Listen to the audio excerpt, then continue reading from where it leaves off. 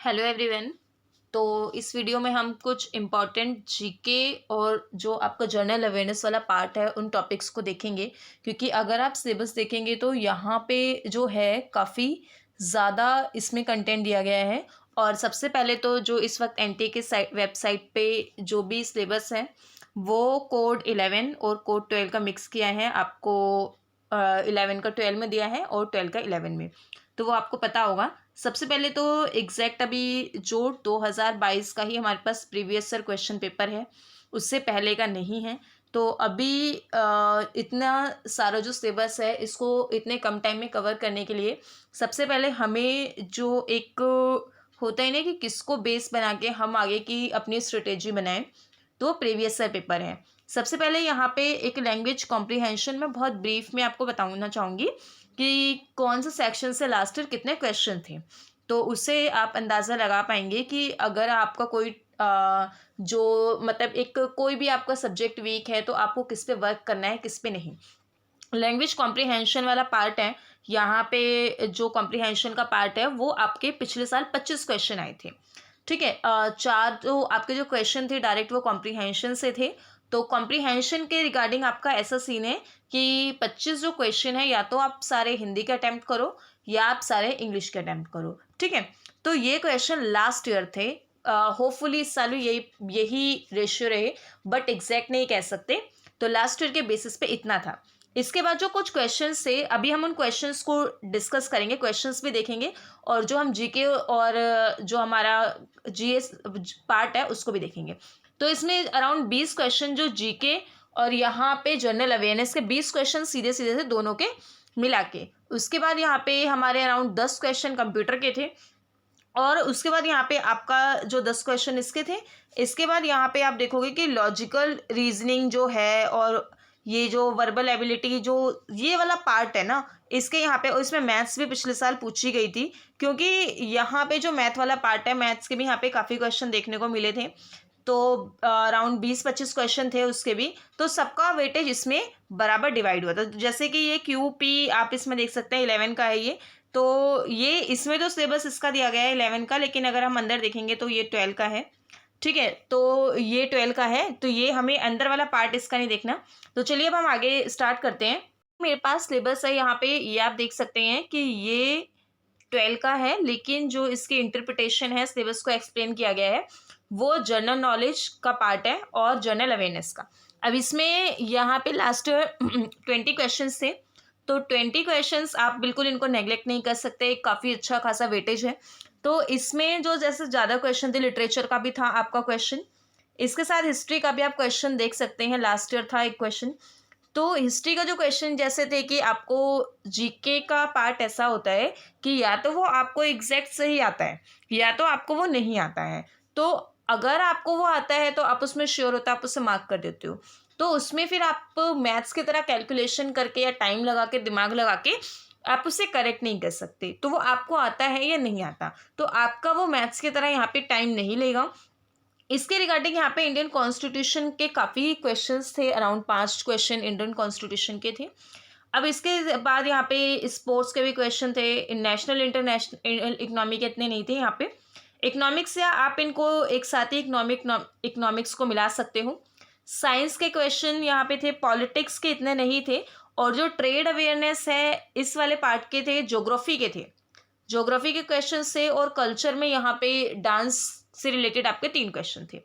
तो यहाँ पे कुल मिला के आप देख सकते हैं कि यहाँ पे हर कैटेगरी से नहीं पूछे गए थे, तो आपको सारी कैटेगरीज को इक्वल टाइम नहीं देना है। सबसे ज़्यादा जो वेटेज थी वो इंडियन कॉन्स्टिट्यूशन की थी, सबसे ज़्यादा वेटेज यहाँ पे किसमें, यानी कि जनरल नॉलेज और जनरल अवेयरनेस के पार्ट में। तो आप जहाँ से भी कर रहे हो इंडियन कॉन्स्टिट्यूशन, अभी हम डेप्थ में देखेंगे कि इंडियन कॉन्स्टिट्यूशन वाला जो पार्ट है, ठीक है, वो वाला पार्ट उसमें से क्या डायरेक्ट सेक्शन है या नहीं, आर्टिकल सॉरी, तो ये चीज़ें देखना बहुत ज़रूरी है। सबसे पहले यहाँ पे आप जैसे देखेंगे कि यहाँ पे जो ज्योग्राफी और हिस्ट्री, इसमें आपको बहुत ज़्यादा आप इतना डेप्थ में टाइम दोगे तो मे भी आपके लिए इनफ ना हो, क्योंकि इनका सिलेबस काफ़ी ज़्यादा ये ब्रॉड होते हैं, और ब्रॉड होने के साथ जैसे इसमें 1-2 क्वेश्चंस आए हैं और वो भी ज़रूरी नहीं है कि सबको वो आते हो या सबको नहीं आते हो, तो ये जनरल लेवल के भी नहीं थे, तो ये आपकी नॉलेज पे डिपेंड करता है। तो आपको ज़्यादा टाइम कॉन्स्टिट्यूशन पे देना ही देना है। इसके बाद अब ये जो इनके क्वेश्चंस थे कल्चर, ज्योग्राफी, इसमें से काफ़ी क्वेश्चन ऐसे थे, हिस्ट्री, जो कि आपके करंट अफेयर्स से रिलेटेड हैं। तो करंट अफेयर्स आपको ज़रूर पढ़ने हैं, क्योंकि ना मोस्टली इन एग्जाम्स में ऐसा होता है कि जो करंट अफेयर्स में टॉपिक होते हैं ज़्यादा हाईलाइटेड, ठीक है, तो उन्हीं से रिलेटेड आपकी जीके पूछी जाती है। तो जीके का कोई ऐसा नहीं होता कि वो कुछ भी उठा के दे दे, ऑब्वियसली वो देते हैं, लेकिन उनका जो रेशियो होता है वो इतना नहीं होता, क्योंकि जो करंट अफेयर्स में चल रहा होता है उसी से रिलेटेड वो जीके बनाते हैं। अगर कोई इंपॉर्टेंट केस लॉ है, अब ये जनरल है तो ये केस लॉज इंक्लूड नहीं करेंगे, बट करंट अफेयर्स में ओवरऑल जो भी है उसको ये कवर करेंगे। तो इसमें जैसे कि हम कुछ क्वेश्चंस देखते हैं किस तरह के थे। ये तो पहले ओवरऑल सिलेबस है, ये आप सिलेबस से बियॉन्ड मत पढ़िएगा, क्योंकि इसमें सिलेबस बहुत, इनकी ये बहुत अच्छी बात है कि इन्होंने जो सिलेबस दिया है वो बहुत ही ज़्यादा डिटेल में आपको बताया है कि क्या आपको पढ़ना है, क्या आपको नहीं पढ़ना है। तो अब हम 2022 का एक बार क्वेश्चन पेपर देखेंगे, उसके हिसाब से आप, ताकि इस चीज़ को देख पाएँ आपको क्या पढ़ना है, क्या आपको स्किप करना है। तो ये रहा लास्ट ईयर का CUET का एग्ज़ाम। तो इसमें 26 नंबर क्वेश्चन आप देख सकते हैं, जनरल अवेयरनेस और जीके का पार्ट था। अब इसमें सबसे पहले जो क्वेश्चन आपसे पूछा गया है ये कॉन्स्टिट्यूशन का क्वेश्चन है, और इसमें बहुत ही सीधा क्वेश्चन ये पूछा गया है, Lok Sabha and Rajya Sabha are convened together for resolving a deadlock between them under the chairmanship of. तो यहाँ पे इसमें हिंदी में दोनों में है, पहले DU में हिंदी में नहीं होता था, खाली इंग्लिश में होता था। तो लोकसभा और राज्यसभा की जो यहाँ पे होती है ना एक टुगेदर, पूरी यहाँ पे जो अध्यक्षता चेयरमैनशिप बुलाई जाती है, तो ये किसके अंडर में बुलाई जाती है, किसी भी विषय पे जो डेडलॉक होता है उसको दूर करने के लिए। तो यहाँ पे जो है लोकसभा और राज्य के बीच में, इन दोनों के बीच में टुगेदर कौन करता है, ये लोकसभा का स्पीकर करता है, ठीक है। तो ये क्वेश्चन बहुत क्लियर है, ये कॉन्स्टिट्यूशन का पार्ट है, ये पहले से आप प्रिपेयर कर रहे हैं, इसमें कुछ भी डिफिकल्टी नहीं है। तो बट आप जब भी क्वेश्चन MCQs करें तो उसमें आप जो करेक्ट ऑप्शन है उसके अलावा बाकी ऑप्शंस पर भी कंसिडर करें कि वो ऑप्शन करेक्ट क्यों नहीं हो सकता। यानी कि अब जैसे ये क्वेश्चन आया है, लोकसभा और राज्यसभा इनकी जॉइंट सिटिंग भी होती है, और इनकी जॉइंट सिटिंग के साथ साथ जो भी प्रोविजंस आपको याद हैं इनसे रिलेटेड कोई भी इंपॉर्टेंट क्वेश्चन, तो आप उसको करते हुए ध्यान से उसको भी डिस्कस कीजिए कि अगर लोकसभा का स्पीकर ना हो तो डिप्यूटी स्पीकर होगा। तो इस तरह से अब जैसे राज्यसभा है, राज्यसभा का एक्स ऑफिशियल चेयरमैन यहाँ पे वाइस प्रेसिडेंट होते हैं, तो इनसे रिलेटेड अगर आपको कोई आर्टिकल है या आर्टिकल याद है तो आप उसको एक साथ रिकॉल करें। MCQs को कभी भी ऐसे ना करें कि ये क्वेश्चन है, ये आंसर है, ठीक है, नेक्स्ट पे मूव कर जाएं, ऐसा नहीं करें, क्योंकि अब जैसे कि अभी मेरे पास ऑफिशियल आंसर की नहीं है, तो ऑफिशियल आंसर की में मे भी अलग हो, कई बार चैलेंज होके अलग आंसर हो जाता है, तो ये ऑफिशियली आंसर की से मैच्ड आंसर्स नहीं हैं जो भी हम डिस्कस करेंगे, ये मैं आपको पहले बता दूं। तो इसके साथ यहाँ पे क्या होता है कि जब आप ऐसे एनालिसिस करके सॉल्व करते हैं तो आप एक साथ कई चीज़ों को सॉल्व करते हैं, तो इसलिए इनको एनालाइज करना बहुत ज़रूरी है। अब जैसे कि which high court has the jurisdiction over the union territory of Andaman and Nicobar. तो अब अंडमान और निकोबार जो आइलैंड है, इसमें सबसे पहले तो क्या होता है कि एक जो हाई कोर्ट है, इंडिया में अभी 25 हाई कोर्ट्स हैं, तो एक हाई कोर्ट के पास कई बार कई स्टेट की जो होती है वो क्या होती है, कई स्टेट की जुरिस्डिक्शन होती है। जैसे कि हमारा जो गुवाहाटी का हाई कोर्ट है उसके पास ज़्यादा स्टेट की जुरिस्डिक्शन है।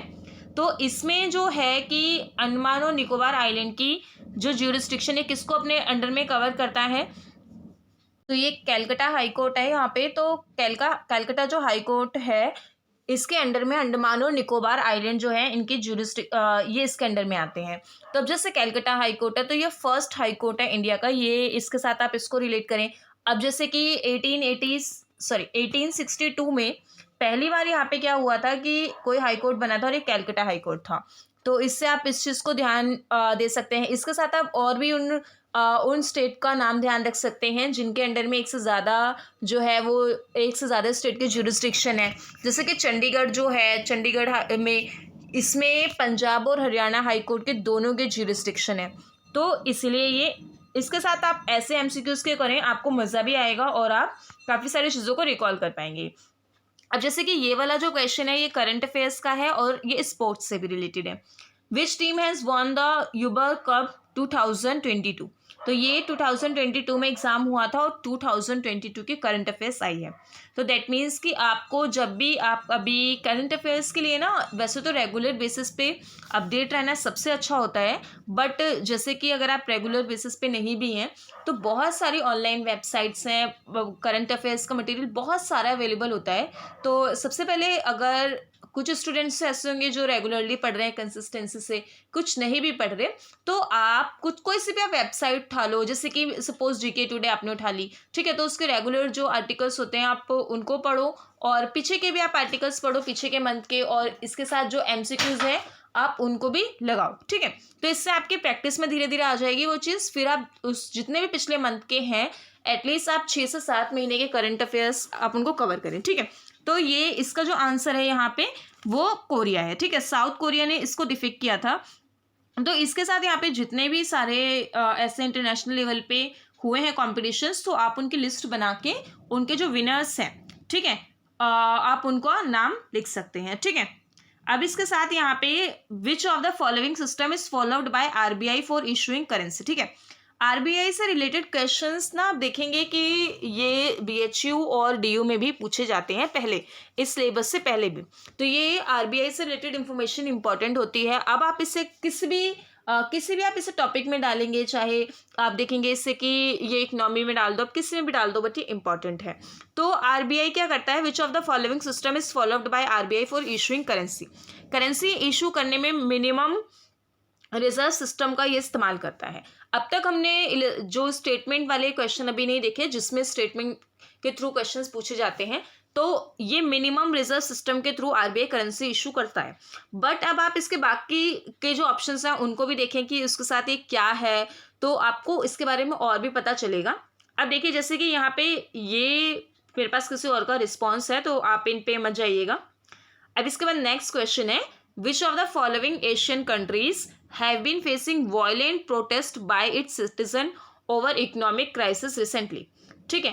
तो यहाँ पे देखिए सबसे पहले कि अब जैसे ये जो क्वेश्चन है, अब इसके साथ मैं आपको एक चीज़ और बताना चाहूँगी कि जब भी आप ये सारी चीज़ें कर रहे हैं तो इसके साथ एमसीक्यूज लगाने तो जैसे बहुत ज़रूरी है, ठीक है। करंट अफेयर्स के अलावा आपके जो बाकी भी जैसे कॉन्स्टिट्यूशन है, आपके पास जो भी बुक है आप जो भी एक दो सोर्सेज इस्तेमाल कीजिएगा। बहुत ज़्यादा चीज़ें आप वैरायटी रखोगे तो आपकी रिवीजन उतनी नहीं हो पाएगी, तो आप कम चीज़ें पढ़ो लेकिन अगेन एंड अगेन उसको रिवाइज करो, ठीक है। तो इस क्वेश्चन को करने से पहले एक छोटा सा प्रमोशन, तो यहाँ पे जो भी स्टूडेंट सीयूईटी की तैयारी कर रहे हैं, सीयूईटी की तैयारी करने के साथ साथ यहाँ पे आप हमारी मॉक टेस्ट सीरीज़ को ज्वाइन कर सकते हैं।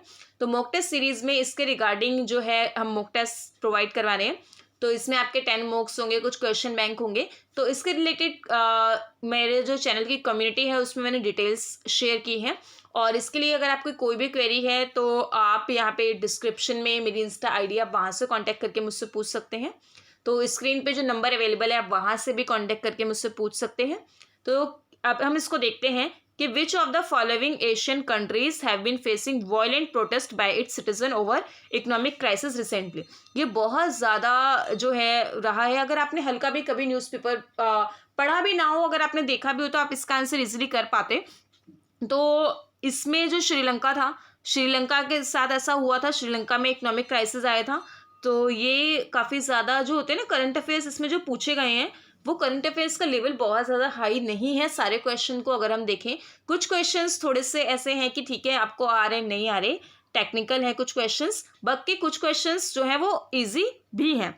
अब देखिए यहाँ पे जैसे क्वेश्चन है, which of the following procedure of parliament has not been borrow from any country. किसी भी कंट्री से हमने कुछ नहीं लिया, and has been evolve by parliament of India by itself.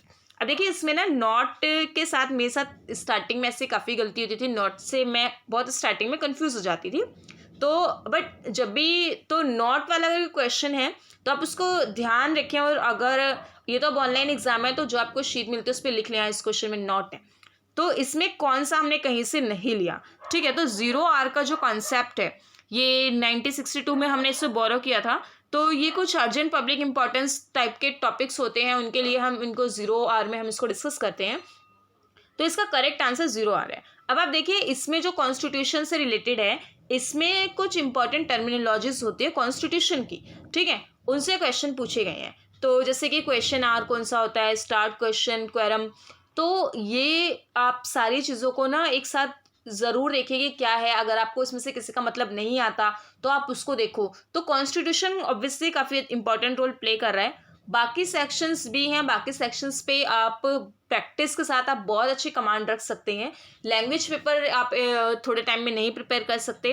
अगर आपकी पहले से अच्छी है तो आप उस पर वर्क करिए, और नहीं भी अच्छी है तो 2 मंथ आपके पास है, ऑलमोस्ट पौने 2 महीने, इसमें हो जाएगा। बाकी जो आपके एरियाज हैं एक्सेप्ट जीके एंड जो आपका लैंग्वेज पेपर है, तो उसमें आपको प्रैक्टिस की ज़रूरत है, आपको हर चीज़ सीखनी है, ठीक है। अब चलिए नेक्स्ट यहाँ पे देखते हैं हम। Recently in a major shift in its trade policy, India has opened up its central government procurement market. India ने क्या की है, अपनी एक सेंट्रल गवर्नमेंट प्रोक्योरमेंट मार्केट जो है ओपन की है। अब ये क्या है, ये इंडिया के दूसरी कंट्रीज के साथ रिलेशन से है, ठीक है। इसको आप करंट अफेयर्स में भी, करंट अफेयर्स का ही एक पार्ट है ये। तो इंडिया के दूसरी किस कंट्री के साथ इस तरह के रिलेशन है, फ्री ट्रेड एग्रीमेंट किसके साथ है, तो ये यूनाइटेड अरब अमीरात के साथ हुआ था। ये करंट अफेयर्स का है, आप इसको नेशनल में भी डाल सकते हैं कैटेगरी में। Consider the following statement about the dance of Kuchipudi, ठीक है। अब ये देखिए यहाँ पे ये जो कुचिपुड़ी डांस है, इसके रिगार्डिंग ये चीज़ें पूछी गई हैं। अब इसमें स्टेटमेंट दी गई है, तो अब इसका मतलब क्या है कि आपको सिर्फ ये डायरेक्ट नहीं पूछ रहा कि कौन से स्टेट का है, ये पूछ रहा है कि कौन से स्टेटमेंट इसमें से सही है और कौन से स्टेटमेंट इसमें से गलत है। तो आपको इसके बारे में सब कुछ थोड़ा थोड़ा पता होना चाहिए। अब सबसे पहले यहाँ पे Kuchipudi is one of the 8 classical style of Indian dance, ये इंडियन डांस का करेक्ट है। ये वाली स्टेटमेंट बिल्कुल ठीक है कि जो 8 क्लासिकल स्टाइल है उसमें से एक है। जो कुचिपुड़ी है drives its root from the ancient Hindu Sanskrit text of Natya Shastra and it's dance drama, ठीक है, ये स्टेटमेंट भी बिल्कुल ठीक है। जो कुचिपुड़ी है ये तमिलनाडु का नहीं है, ये आंध्र प्रदेश का है होपफुली, तो ये गलत स्टेटमेंट है। और largely devote to the Hindu god Shiva, बिल्कुल ये स्टेटमेंट रॉन्ग है। ई स्टेटमेंट देखिए क्या कह रही है, द डांस धर्म हैज द कॉम्पोनेंट ऑफ दर्वु नृत्य एंड नत्य, ठीक है, नृत्य नत्य, ठीक है, प्रोनाउंसिएशन में मे बी मिस्टेक हो। तो अब देखिए यहाँ पे अब जो भी अब इन स्टेटमेंट में से कौन सा स्टेटमेंट ठीक है। अब देखिए जैसे कि ये तमिलनाडु का नहीं है, ठीक है, तो अगर काफ़ी स्टूडेंट्स को ये बहुत ही क्लियरली पता होगा कि ये नहीं है, तो इसमें से सी ऑप्शन तो गलत है। तो जो भी सी ऑप्शन में है आप उस ऑप्शन को हटा ही दीजिए, जिसमें सी करेक्ट बताया गया आप उसको हटा दो। अभी भी 3 बचे हैं, तो इसमें वैसे तो हमारा correct option A B E है, ठीक है, ऑप्शन नंबर ए, अच्छा इसमें नीचे भी दिया है ऑप्शन ए है, तो बाकी के ऑप्शन गलत हैं। तो इसका क्या मतलब है कि जब भी आप इस तरह के क्वेश्चन करो तो उसके बारे में थोड़ी एक्स्ट्रा नॉलेज आपको होनी चाहिए, ठीक है। इसीलिए अब इसको PYQ एनालाइज करना बहुत ज़्यादा ज़रूरी है। अब ये जो इन्होंने एंट्रेंस का सिलेबस दिया है, अब इस सिलेबस में आपको ज़्यादा किसी कोचिंग की ज़रूरत नहीं है, सिर्फ आपको प्रैक्टिस की ज़रूरत है। अगर बहुत ज़्यादा कोई आपको इसमें गाइड कर देगा कि आपको क्या पढ़ना है क्या नहीं पढ़ना, क्योंकि पहले ऐसा था कि जो लीगल पार्ट आता था तो उसमें समझाने जैसा होता था। इसमें अगर किसी के मैथ्स वीक हैं तो वो इसके लिए ले सकता है, लेकिन इसमें बाकी सारे सेक्शंस के लिए आपको खुद ही पढ़ना होगा। अब जैसे कि जो हमारा नेक्स्ट क्वेश्चन है यहाँ पे, consider the following statement about gravitational waves, ठीक है, ये काफ़ी न्यू है, ये पहले से नहीं था, ये अभी का ही कॉन्सेप्ट है। तो ये मतलब जैसे कि ये 2000 इसमें 15 दिया हुआ है, ये इसका कॉन्सेप्ट है। तो ये क्वेश्चन अब आप इसको थोड़ा बहुत कहीं ज्योग्राफी में डाल दो, करंट अफेयर्स में डाल दो, तो ये उससे रिलेटेड है। तो यहाँ पे जैसे कि जो भी स्टेटमेंट है, the first gravitational wave was accidentally detected by LIGO इन 2015, ठीक है, ये स्टेटमेंट 2015 में आया है, ये पहले दिख रही है, ये इसी पर मेरी नज़र पहले गई, तो हम इसी को डिस्कस कर लेते हैं। तो जो ग्रेविटेशनल वेव्स हैं ये 2015 में आई थी, ठीक है, 2015 में आई थी, और 2015 ये पहला ऑप्शन बिल्कुल ठीक है। तो हम उन ऑप्शंस को काट देते हैं जिसमें कि डी ऑप्शन नहीं दिया, ठीक है। आप देखेंगे थर्ड और फोर्थ ऑप्शन में डी को नहीं दिया, तो हमने इसको हटा दिया। अब हमारे पास 2 ऑप्शन है, डी फर्स्ट ऑप्शन में डी है, सेकंड में ए डी है। तो इस तरह से भी आप एलिमिनेट करते जाएंगे तो आपके काफ़ी सारे क्वेश्चंस करेक्ट हो जाते हैं। देखिए क्या होता है कि आप जब भी आप अटेम्प्ट करें, अभी ऐसा पेपर है कि you have to attempt more and more question, आपको ज़्यादा से ज़्यादा क्वेश्चंस अटेम्प्ट करने होंगे, क्योंकि इस साल जो है डीयू में भी पहली बार सीयूईटी हो रहा है, तो कुछ हमें अनएक्सपेक्टेड जो है कट ऑफ जैसे बहुत हाई जाना या मे बी कुछ भी हो सकता है। तो आपको हर टाइप की जो पॉसिबिलिटी के लिए तैयार रहना होगा कि कुछ भी हो सकता है, कट ऑफ हाई जा सकती है, तो आपको सब कुछ पढ़ना है। डीयू की कट ऑफ ऑलरेडी लास्ट बहुत ज़्यादा हाई गई थी, बहुत ज़्यादा हाई गई थी, तो इस साल जो है यहाँ पे कुछ भी हो सकता है। तो आपको कोशिश क्या करनी है कि एटलीस्ट आप बहुत ही कम क्वेश्चंस मत अटेम्प्ट करो कि आप कट ऑफ तक टच ना कर पाओ, ठीक है। आप क्वेश्चंस, इसका मतलब ये नहीं है कि आप सारे नेगेटिव कर दो, जितना आपका सही का रेशियो है उस रेशियो में जितनी आपकी एबिलिटी है, you have to try attempt questions, बहुत आपको उसमें एफर्ट लगा के क्वेश्चन ज़्यादा अटेम्प्ट करने हैं। तो इसमें इसका ए क्वेश्चन भी ए और डी ठीक है, तो इसका करेक्ट ऑप्शन आपका बनता है ऑप्शन 2। चलिए हम फटाफट इनको खत्म करते हैं, मैं आपका ज़्यादा टाइम नहीं लूंगी इसमें। फिर उसके बाद आपको क्या करना है, arrange the following changes in the constitution through amend in the chronological order. अब देखिए इसमें अगर आपको सारे अमेंडमेंट्स पता है तब आप इसे क्या कर पाओगे, बहुत अच्छे से अटेम्प्ट कर पाओगे, ठीक है। अब जैसे कि अगर आपको नहीं पता तो फिर आप क्या करोगे, कहीं ना कहीं फंस जाओगे, ठीक है। अब देखो इसमें जैसे कि सबसे पहले क्या है कि अब इसमें आपको सबके अमेंडमेंट्स पता होने चाहिए। Made Sikkim a full fled state of Indian union around 1975 में हुआ था। तो integrated Puducherry in the union territory 1962 में हुआ था। तो इसमें जैसे सबसे पहले जो है इंटीग्रेटेड गोवा दमन दीप, तो यहाँ पे मैं फिलहाल आपको करेक्ट आंसर बता देती हूँ। करेक्ट आंसर आपका ऑप्शन 3 है, सी, ABCAD, EBCAD, ठीक है, CAD, सॉरी, ये इनका करेक्ट जो है वो सीक्वेंस है। तो आपको क्या करना है कि आपको ये सीधे क्वेश्चन भी नहीं दे रहा है, आप इसको देख पा रहे हैं कि क्वेश्चन एकदम सीधे नहीं है कि वो आपसे डायरेक्ट पूछा आप बता दो, आपको उसके बारे में और भी नॉलेज होनी चाहिए। इसीलिए मैं कह रही हूँ कि जब भी आप कुछ भी पढ़ें, आप एमसीक्यूज तो डेफिनेटली रेगुलर बेसिस पे सॉल्व करो, आप अपना एक टाइम टेबल बनाओ, उसमें एमसीक्यूज आप सॉल्व करो, क्योंकि बहुत काम आता है एमसीक्यूज सॉल्व करना। और फिर उसके बाद आप जो भी उसको पढ़ रहे हो, आपको जो भी गलत जा रहे हैं एमसीक्यू, आप उस एरियाज पे ज़्यादा वर्क करो। कॉन्स्टिट्यूशन आपको बहुत अच्छे से करना है और करंट अफेयर्स बहुत अच्छे से करना है, क्योंकि हिस्ट्री और ज्योग्राफी में अगर 1-2 क्वेश्चन भी आ रहे हैं, ठीक है, आपको उनको भी करना है, उनको नेग्लेक्ट नहीं करना है। सिर्फ इसका पर्पस ये है कि आपको पहले क्या करना है, ज़्यादा टाइम किसको देना है, ठीक है। स्पोर्ट्स के 2-3 क्वेश्चन है, स्पोर्ट्स भी करना है। अब इसके साथ यहाँ पे आप देखेंगे कि arrange the following event in the making of Indian constitution in chronological order. अच्छा ये अलग क्वेश्चन है, ये भी कॉन्स्टिट्यूशन का क्वेश्चन है। तो ये इसमें भी आप देखेंगे कि आपको काफ़ी सारी स्टेटमेंट दी गई है, आपको इसको भी लाइन से लगाना है, ठीक है। अब आप इसको जब लाइन से लगा रहे हो, इसमें मैं आपको करेक्ट जो है ऑप्शन, वो तो ऑप्शन सी है, इसका भी ऑप्शन 3, ठीक है। तो अब इनको आपको करेक्ट वे में लगाना है। ये इसके एक्सप्लेनेशन में नहीं बताऊंगी, क्योंकि इसमें जैसे कि क्या है कि आपको इनके बारे में पता होना चाहिए कि क्या ये स्टेटमेंट सही है या नहीं है। सबसे पहले क्या हुआ था कि सबसे पहले आप ये भी देख सकते हैं इसमें कि मीटिंग, सबसे पहले मीटिंग होगी, मीटिंग होने के बाद ही यहाँ पे आप क्या होगी, फिर इनकी अपॉइंटमेंट हुई थी, ठीक है। डॉक्टर राजेंद्र प्रसाद जी की यहाँ पे उनको प्रेसिडेंट बनाया गया था असेंबली का। उसके बाद जब मीटिंग बैठी, प्रेसिडेंट बन गए, फिर एडॉप्शन हुआ, एडॉप्शन ऑब्जेक्टिव रेजोल्यूशन का यहाँ पे हुआ था, एडॉप्शन हुआ था पंडित जवाहरलाल नेहरू के थ्रू। इसके बाद यहाँ पे कॉन्स्टिट्यूशन को अडॉप्ट किया गया था, फिर उसके बाद लास्ट मीटिंग हुई थी, लास्ट असेंबली यहाँ पे बैठी थी, ठीक है। क्योंकि एडॉप्शन के बाद भी यहाँ पे हमने जो 26 जो नवंबर है उसमें तो हमने उसको कर लिया था, लेकिन पूरी तरह से जो फोर्स में आया था वो 26 जनवरी को आया था, ठीक है, 1950 में। अब इसके बाद यहाँ पे हमारा जो नेक्स्ट है, इसमें आप देखिए स्टेटमेंट वाले क्वेश्चन, स्टेटमेंट वाले क्वेश्चन ये डांस का है, ये कौन सी कैटेगरी में आएगा, ये कल्चर की कैटेगरी में आएगा। तो given below are 2 statement, one is label as assertion and the other is label as reason, ठीक है। रीजन और असर्शन ये आप तभी ठीक कर पाएंगे जब आपको उसके बारे में नॉलेज हो। तो जैसे कि आप यहाँ पे देखेंगे कि folk is the fast disappearing from the culture tapestry in India. और सेकेंड यहाँ पे इसका रीज़न क्या है, folk music is not supported by modern technologies in media.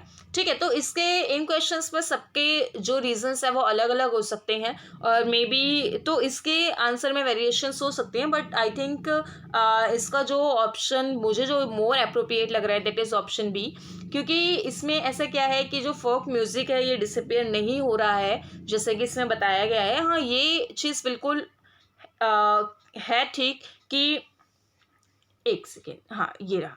तो इसमें क्या है कि इसमें ये चीज़ है, ये भी ठीक है, कहीं ना कहीं हो रहा है बट पूरी तरह से डिसअपियर नहीं हो रहा, और अगर हो भी रहा है तो यहाँ पे इसका जो एक रीज़न क्या है, टेक्नोलॉजी नहीं है, वो एक अलग ही रीज़न है, बट ये इसकी सही एक्सप्लेनेशन हम नहीं मान सकते। फोक म्यूज़िक हाँ, हम थोड़ा उससे से दूर होते जा रहे हैं। अब देखिए इसमें क्या है कि नेक्स्ट क्वेश्चन भी इसी तरह से है, इसमें आपको स्टेटमेंट दी गई है, रीजनिंग दी गई है, तो ये आपकी अलग अलग नॉलेज पर डिपेंड करता है। जैसे कि current generation of the youth doesn't read book, ये तो बिल्कुल गलत है।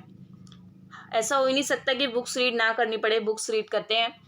रीज़न अभी मैंने कट कर दिया, मे बी अभी ऑप्शंस देखने पड़ेंगे तो मैं इसको हटा देती हूँ। Current generation of youth doesn't read book, the youths have adequate visual material to watch and gain knowledge, that is correct. हमारे पास बहुत सारा मटेरियल है, बट इसका मतलब ये नहीं है कि यूथ बुक रीड नहीं करता, तो इसका असर्शन गलत है और इसकी रीजनिंग बिल्कुल ठीक है। अब इसके बाद यहाँ पे इसका ऑप्शन हम ये लास्ट वाला सही मानेंगे। अब जैसे कि ये है असर्शन और रीजनिंग के क्वेश्चन, आप ना ज़रूर इसको छोड़ना मत, क्योंकि ऐसे क्वेश्चंस होते हैं कि अगर हम बहुत ही कॉमन सेंस हमें लगानी होती है, अगर आपको उस वक्त तुरंत नहीं आ रहा, मान लो सॉरी ऑनलाइन एग्जाम होगा तो आपको उस वक्त नहीं आ रहा, तो आप उससे फ्लैग मार्क करके रख लो। ठीक है, कई बार ऐसा होता है कि कंफ्यूजन हो जाती है, तो उसको मत अटेम्प्ट करो, या तो ऑनलाइन करो तो वो हट जाता है, लेकिन फ्लैग लगा के रख लो, और जब आपका पेपर हो जाए तो आप उसको दोबारा से रिकंसिडर करो, क्योंकि 2 घंटे में 100 क्वेश्चन के लिए टाइम इनफ होता है, बट आपको आना चाहिए। तो बहुत सोच समझ के करना, और उसके बाद जैसे कि आपको लगे कि आप सेफ जोन में हो, अभी तो इसमें सेफ जोन का कुछ कह नहीं सकते कि कितनी कट ऑफ जाएगी, बट अगर आपको लगे कि हाँ मेरे 80-90 क्वेश्चन सही हो गए हैं तो आप उसको अटेम्प्ट कर देना। लेकिन अगर आपको लगे कि आप मार्जिन पर हो या आपके बहुत कम है, आपको नेगेटिव फियर हो, तो मत करना उसको अटेम्प्ट। अब जैसे कि ये जो मैचिंग है, मैचिंग में आपको ये बहुत तगड़ा वाला हिस्ट्री का मैचिंग है ये, तो इसमें आपको आना चाहिए। और मैचिंग में ये फ़ायदा होता है कि जैसे कि मान लो अब कुछ ऑप्शंस आप एलिमिनेट करके इसको सॉल्व कर सकते हो। ठीक है, तो इसका जैसे कि 39 वाला है, तो 39 क्वेश्चन है ये, तो इसमें क्या है कि कालिदास तो विक्रमादित्य ये इनसे रिलेटेड है। ठीक है, तो इस तरह से आप इसको कर सकते हैं, ये मैचिंग में भी पूछे गए हैं, तो आपको इसकी डिटेल नॉलेज होनी चाहिए। अगेन मैचिंग है डांस, अब डांस का ये 3rd क्वेश्चन है। पहला जो है आंध्र प्रदेश का डांस था, काची में भी ऐसे था आंध्र प्रदेश का, दूसरा फोक डांस था, इसमें कुचिपुड़ी डांस था, ये आंध्र प्रदेश का ये पहला है। सी का ए, ठीक है, सी का फर्स्ट ऑप्शन का यहाँ पे ऑप्शन ही एक है, तो 4th करेक्ट है इसका। बाकी इससे आप मिला लीजिएगा कौन सा है, यानी कि आपको डांस छोड़ने नहीं है, आपको डांस सारे करने हैं। इसके बाद आप यहाँ पे देखेंगे कि अगेन 2 स्टेटमेंट है, 2 स्टेटमेंट वाले क्वेश्चन इनके तीसरे चौथे क्वेश्चन है, तो आपको इनके लिए रेडी रहना है। स्टेटमेंट वाले क्वेश्चन आप कोई भी बुक आप रेफर कर रहे होंगे उसमें ये क्वेश्चंस होते हैं, मतलब कि जो भी एंट्रेंस की तैयारी के लिए आप लेते हैं तो उसमें होते हैं। तो अगर नहीं भी है तो आप ऑनलाइन इन क्वेश्चंस को देखिए, और अगेन जितने ज़्यादा क्वेश्चन आप सॉल्व कर पाएँ उतने क्वेश्चन सॉल्व कीजिए। स्टेटमेंट वाले, असर्शन और रीजनिंग वाले, ये काफ़ी हद तक आपके नॉलेज पर बेस्ड हैं। Tuberculosis is caused by virus that most often affect the lungs. ठीक है, तो ये जो है यहाँ पे ये क्या है कि ट्यूबरक्लोसिस ये जो टीबी की आपकी डिसीज़ है ये कॉज्ड बाय वायरस के थ्रू होती है, और ये काफ़ी हद तक जो है आपको किसको अफेक्ट करती है, ये काफ़ी हद तक आपके लंग्स को अफेक्ट करती है। इसकी स्टेटमेंट 2 क्या कह रही है, TB is spread from person to person through air, ये बिल्कुल ठीक है कि टीबी पर्सन टू पर्सन जो है वो अफेक्ट करता है एयर से, और इसमें यहाँ पे एयर के थ्रू ही फैलता है, टच बॉडी होती है तो भी फैलता है। तो यहाँ पे जो स्टेटमेंट फर्स्ट है इसकी, ठीक है, ये वैसे तो पूरी बॉडी को अफेक्ट करता है, बट जो मेजर इफेक्ट करता है वो लंग्स को करता है। ठीक है, लंग्स से इसकी अफेक्ट करना शुरू करता है, बट ये पूरी बॉडी को ही करता है। तो ये स्टेटमेंट्स की गलत होगी कि ये खाली लंग्स को अफेक्ट कर रहा है। तो इस तरह से इसमें क्वेश्चंस हैं। अगेन ये 2 स्टेटमेंट्स आ गई. Lighting is very rapid and massive discharge of electricity in the atmosphere. तो यहाँ पे अब जैसे कि फर्स्ट स्टेटमेंट इसकी ये हो गई, तो अब इसके बाद सेकेंड स्टेटमेंट ये कह रहे हैं, फर्स्ट स्टेटमेंट इसकी करेक्ट है. इंटर क्लाउड और intra cloud lighting are visible and harmful. तो ये जो दोनों लाइटिंग्स हैं ये हार्मफुल है, ये नहीं, ये हार्मफुल इतनी नहीं है जितनी इसमें बताई गई है, हार्मफुल नहीं है. तो इसके स्टेटमेंट जो करेक्ट होनी चाहिए, सॉरी इसका जो आंसर करेक्ट होना चाहिए वो थर्ड होना चाहिए. Next question. तो नेक्स्ट क्वेश्चन में ये थोड़ा अगेन कौन सा क्वेश्चन है ये देखिए. ये क्वेश्चन है who is the current who has been conferred with the prestigious Royal Gold Medal 2022, the world's highest honor in the field of architecture. ठीक है, तो ये आपका करंट अफेयर्स का क्वेश्चन है. तो इस करंट अफेयर्स को क्वेश्चन में करेक्ट आंसर आपका यहाँ पे क्या है, ऑप्शन सी, बालकृष्ण विठल दास दोषी. ठीक है, अब देखिए बहुत ही स्ट्रेट क्वेश्चन था, सीधा क्वेश्चन था. और इसके बाद यहाँ पे अभी ये भी आपका जो क्वेश्चन है ये क्या है कि सीधा ये भी क्वेश्चन है, the festival commemorating Buddha's birth enlightenment and death is called. ठीक है, इसको क्या कहा जाएगा, तो ये रीचेक करना पड़ेगा. अब इसके बाद यहाँ पे इसके आंसर के लिए मैं श्योर नहीं हूँ. चलिए, इसका जो क्वेश्चन है इसमें बट सी गिवन है, जिसने भी कैंडिडेट ने लगाया है. I don't know what is correct answer. Identify the correct combination of member of Quad. ठीक है, जो इंटरनेशनल लेवल पे, जिनमें स्पेशली इंडिया मेंबर है, जो इंटरनेशनल लेवल पे ऑर्गेनाइजेशंस हैं, उन सभी ऑर्गेनाइजेशंस को आप करना और एक बार ये देखना है कि किन किन में कौन कौन से मेंबर्स हैं. तो ये पेपर से पहले ना अगर आप थोड़ा सा भी इसमें देख लोगे ओवरव्यू तो आपको पता चल जाएगा. ठीक है, आप भूलोगे नहीं एग्जाम से पहले कि आइडिया हो जाता है ना कि इसमें है या नहीं है. तो चलिए, इसमें हमें एक कॉम्बिनेशन बताना है इसके मेंबर्स का. अब कॉम्बिनेशन इसके मेंबर्स को कौन सा है, इंडिया है, ठीक है, जापान है, ऑस्ट्रेलिया है और साउथ कोरिया है. ठीक है, ये सभी तो क्वेट के मेंबर हैं, बाकी नहीं है. तो ये है, बाकी जो क्वेश्चंस हैं ये यहाँ से अब आपके स्टार्ट हो रहे हैं कंप्यूटर के. ठीक है, तो इनको हम इस वीडियो में नहीं करने वाले. तो आपको ये पूरा करना है जीके का पार्ट, जीके का, करंट अफेयर्स का. करंट अफेयर्स अगर आपको नहीं भी हो रहा तो आप एमसीक्यूज लगाना. ठीक है, वो करते ही जाना. तो all the best for your exams. अगर आपकी कोई भी क्वेरी है do comment below. Thank you.